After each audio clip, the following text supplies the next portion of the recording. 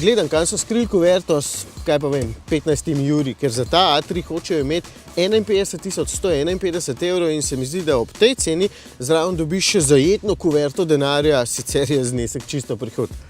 Da bom pol poiskal. Ampak izgleda pa super, a ne? Tale barva in paket S-Line ga naredita hudo opaznega. Se mi zdi, da skoraj vsak misli, da je to brutalni S3, ko me tako bolijo. Oba odbijača sta drugačna, platišča so velika, zadaj je spoiler, zato res dobro izgleda. In v bistvu znotraj tudi, s tema športnima sedežema in z velikim zaslonom pred volanom. Doplačljivim seveda, ampak ga le vzemite, ker je potem notranjost bistveno bolj zanimiva.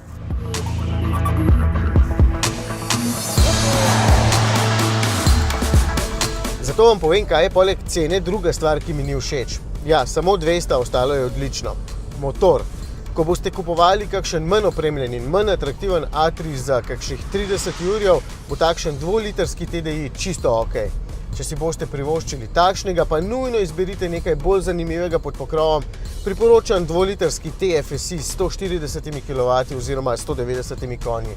Tale sicer ni slab, vsekakor pa ne paše v takšen stroj, ker traktorsko ropota, pospešuje zgolj povprečno, predvsem pa tudi ne porabi tako malo, kot sem mislil.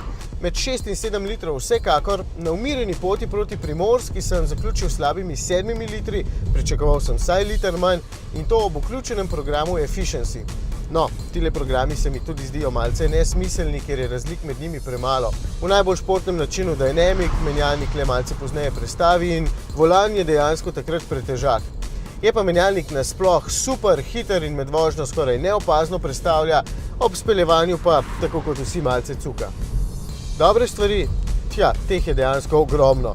Med vožnjo je A3 izjemno lahkoten in kompaktno leži na cesti, zato tudi pogrešam bolj zanimiv motor, bi sodil v karakterju. Sicer pa je zvočno krasno izoliran, ni pretrt in občutek na volanu je vedno dober. Armaturna plošča je zelo kakovostna in nadvse pregledna, sedeža sta vredna doplačila dobrega tisočaka, LED luči pa delujejo krasno, tudi te moram priporočiti, pa čeprav stanejo več kot tisočak.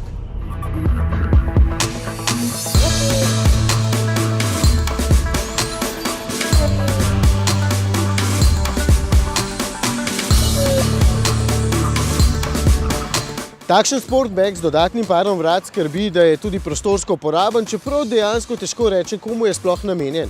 Za resno družinsko uporabo je premalo prostoren, pa čeprav se zadaj sedi dovolj udobno, prtljažnik pa ponuja povprečnih 380 litrov prostora. Za drugi avto v družini je idealen v precej razvajeni družini, takšni, ki ne dopušča napak in ki rada išče zaklade, ker zdaj grem spet gledati, kje je tista kuverta.